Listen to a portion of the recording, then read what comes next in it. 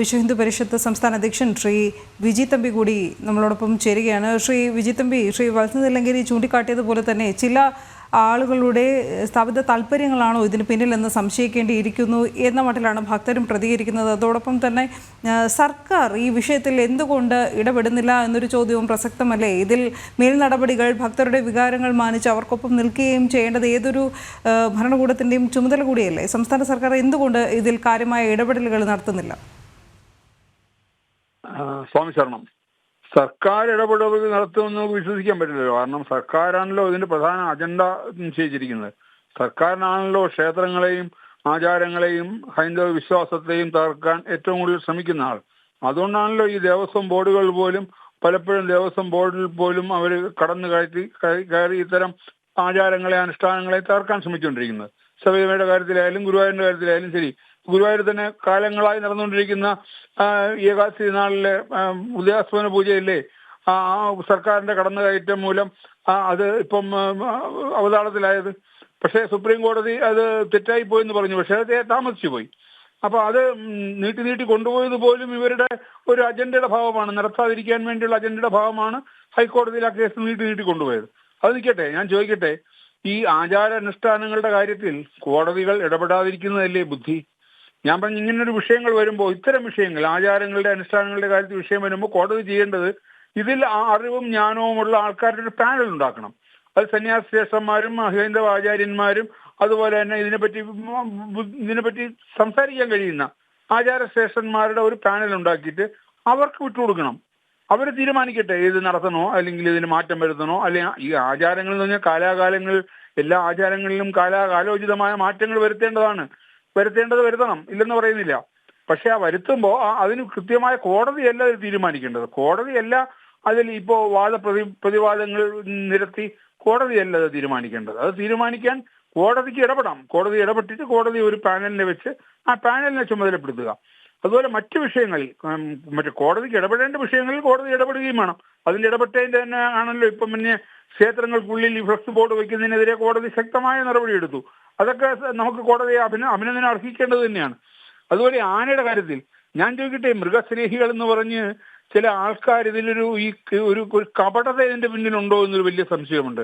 കാര്യം ഈ സ്നേഹികൾക്ക് ആനകളോട് മാത്രമേ ഉള്ളൂ സ്നേഹം. മറ്റ് മൃഗങ്ങളെ വളരെ നിഷ്ഠൂരമായ രീതിയിൽ കശാപ്പ് കൂടെ കെട്ടിത്തൂക്കിയിട്ടിരിക്കുന്ന കാണുന്നില്ലേ മറ്റ് മൃഗങ്ങളെ? ആ മൃഗങ്ങളോടും സ്നേഹമില്ലേ? ആനയോട് മാത്രമേ സ്നേഹമുള്ളൂ? ഞാൻ ചോദിക്കട്ടെ, ആനയെ യഥാർത്ഥത്തിൽ പറഞ്ഞു കഴിഞ്ഞാൽ കോടതി ചില കാര്യങ്ങളിൽ ഇടപെട്ടതിന് ഞാൻ അഭിനന്ദിക്കുന്നു. കാരണം ആനകളെ വളരെ ക്രൂരമായ രീതിയിലാണ് പലപ്പോഴും ആനകളോട് അവിടുത്തെ ഉടമസ്ഥരും പാപ്പാമാരും ഇപ്പൊ പെരുമാറുന്നത്. ചിലപ്പോൾ ലോറിയിലൊക്കെ ആനയെ കൊണ്ടുപോകണ കണ്ടു കഴിഞ്ഞാൽ നമുക്ക് തന്നെ സങ്കടം തോന്നും. കാരണം ഇത്രയും ഒരു മിണ്ടാപ്രാണിയെ 4 വശവും കെട്ടി നിർത്തി ഈ ചുട്ട് പൊള്ളുന്ന വെയിലത്ത് ലോറി കൊണ്ടുപോകുന്നു. അത് വലിയ കഷ്ടം തന്നെയാണ്. യഥാർത്ഥത്തിൽ പറഞ്ഞാൽ ഇങ്ങനെ കൊണ്ടുപോകരുത്. കാരണം പണ്ടൊക്കെ അങ്ങനെയല്ലല്ലോ. പണ്ടൊക്കെ രാത്രി കാലങ്ങളിലാണ് ആനകൾ റോഡിലൂടെ നടന്നു പോയിക്കൊണ്ടിരുന്നത്. അതിന്റെ മറ്റേ റിഫ്ലക്ടർ ആനലിനകത്ത് ഫിറ്റ് ചെയ്ത് അങ്ങനെ. അപ്പൊ അത് കുറച്ച് ദൂരങ്ങൾ, എന്തിനെ ഒരുപാട് ദൂരം താണ്ടി ആനയെ കൊണ്ടുപോകുന്നത്. അതുപോലെ ഉത്സവങ്ങൾ, പൂരം, അതുപോലെ ചടങ്ങുകൾ. ഇപ്പൊ തന്നെ തൃപ്പൂണിത്തുറയിലെ ഈ ദേവസ്വം ബോർഡിന്റെ മാനേജർ കോടതി പോയി മാപ്പ് പറയേണ്ടി വന്നിരിക്കുന്നു. അപ്പൊ ഇതൊക്കെ തന്നെ ഒരു ഗൂഢാലോചനയുടെ ഭാഗമാണ്. കാരണം ഇതൊക്കെ ക്ഷേത്രങ്ങളുടെ ഉത്സവങ്ങളെയും ക്ഷേത്രങ്ങളുടെ ആഘോഷ പരിപാടികളെയൊക്കെ തകർക്കാൻ വേണ്ടിയിട്ടാണ്. ക്ഷേത്രങ്ങളുടെ ഉത്സവം എന്തിനാ? അവിടുത്തെ ദേവന് വേണ്ടിയല്ല, അവിടെ ആ ഭക്തജനങ്ങൾക്ക് വേണ്ടിയാണ്. ആ ഭക്തജനങ്ങൾ ആ ക്ഷേത്രത്തിൽ എത്താനും ആ ക്ഷേത്രത്തിൽ ഒത്തുകൂടാനും ഒരു ഹൈന്ദവ കൂട്ടായ്മയാണ് അവിടെ ഒന്നിച്ചു കൂടുന്നത്. ആ ഹൈന്ദവ കൂട്ടായ്മയെ തകർക്കുക. കാര്യം ഇതിന്റെ പിന്നിൽ അജണ്ടയുടെ കാരണം എന്ന് പറഞ്ഞാൽ 2018 ഈ നമ്മുടെ സ്ത്രീ പ്രവേശന വിഷയ സമയത്ത് കേരളത്തിലെ അപാരവൃദ്ധം ജനങ്ങളും ഈ അയ്യപ്പസ്വാമിയുടെ ഒറ്റ വിഷയത്തിന്റെ പേരിൽ തെരുവിലിറങ്ങി. അപ്പോൾ അന്ന് സർക്കാരിനും കമ്മ്യൂണിസ്റ്റുകാർക്കും എല്ലാം മനസ്സിലായി ഈ ഒരു ആത്മീയതയുടെ പേരിൽ ഹിന്ദുക്കൾ ഒന്നാകുമെന്ന്. അപ്പൊ ആത്മീയതയെ തകർക്കുക. ആ ആത്മീയത എവിടെയാണ് നിലനിൽക്കുന്നത്? ക്ഷേത്രങ്ങളിലാണ് നിലനിൽക്കുന്നത്. ഇപ്പൊ നമ്മുടെ കുടുംബങ്ങളിലെ എല്ലാം പോയി. കുടുംബങ്ങളിൽ വിളക്കോ ഇപ്പോ പ്രാർത്ഥനയോ നാമജപോ എല്ലാം മാറിയിരിക്കുന്നു. അപ്പൊ ഈ ക്ഷേത്രങ്ങളുടെ ഉത്സവങ്ങളെയും അവിടുത്തെ ചടങ്ങുകളെയും എങ്ങനെയെങ്കിലും നശിപ്പിക്കുക. തൃശ്ശൂർ പൂരം ഇല്ലാതായി കഴിഞ്ഞാൽ എത്രയോ ആൾക്കാർ അവിടെ വന്ന് ആ പൂരം ദർശിക്കാൻ വേണ്ടി വരുന്ന എത്രയോ ഒരു ഹൈന്ദവ കൂട്ടായ്മയുണ്ട്, അതില്ലാതാകും. അതുപോലെ തൃപ്പൂണിത്തുറ അത്തച്ചടങ്ങ് അതിനെ തകർക്കുക. അങ്ങനെ ഓരോന്നും. ഗുരുവായൂരിൽ ഇപ്പൊ ആനയോട്ടം എങ്ങനെ നടത്തും? ആനയോട്ടം എന്ന് പറയുന്ന ഉത്സവത്തിന് കൊടിയേറുന്നതിന്റെ ഏറ്റവും പ്രാധാന്യമുള്ള സംഭവമാണ് ആനയോട്ട്.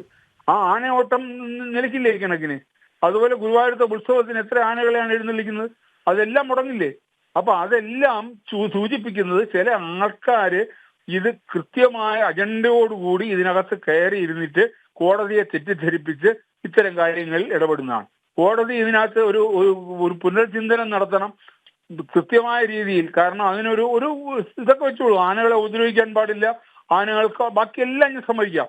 പക്ഷെ ആനകളെ എഴുന്നള്ളിക്കുന്ന ഇത്രയും ഡിസ്റ്റൻസും കാര്യങ്ങളും എത്രയോ കാലങ്ങളായിട്ട് തൃശ്ശൂർ പൂരം നടന്നുകൊണ്ടിരിക്കുന്നു. ശക്തൻ തമ്പുരാൻ ആരംഭിച്ച പൂരമാണ്, എത്രയോ വർഷങ്ങളായിട്ട് നടന്നുകൊണ്ടിരിക്കുന്നു.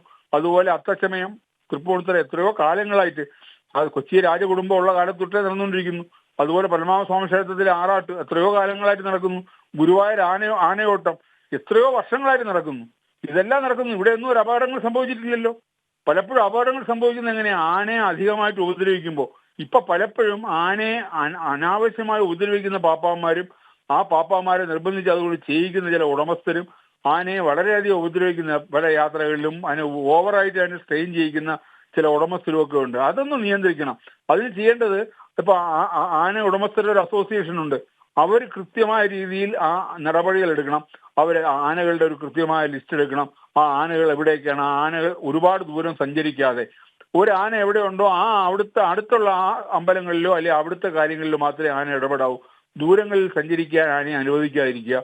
അത്തരം ചില കാര്യങ്ങളിൽ ഈ ആന ഉടമസ്ഥരുടെ അസോസിയേഷനും കൂടെ ഒന്ന് മുന്നിട്ടിറങ്ങി കോടതിയും കൂടെ ഒന്ന് ബോധ്യപ്പെടുത്തി ഇത്തരം കാര്യങ്ങൾ മുന്നോട്ട് പോകണം. ഇല്ലെങ്കിൽ ഇതൊരു ശക്തമായ പ്രതിഷേധത്തിന് ഭക്തജന കൂട്ടായ്മയ്ക്ക് ഇടയാകും. കാര്യം ഇതൊരിക്കലും അനുവദിക്കാൻ പാടില്ല. കാരണം ക്ഷേത്രങ്ങളുടെ ഉത്സവങ്ങളെ തകർക്കാൻ ഒരാളെ നമുക്ക് അനുവദിക്കാൻ നമുക്ക് സാധ്യമല്ല. ഇതാണ് വിശ്വ ഹിന്ദു പരിഷത്തിന്റെ നിലപാട്.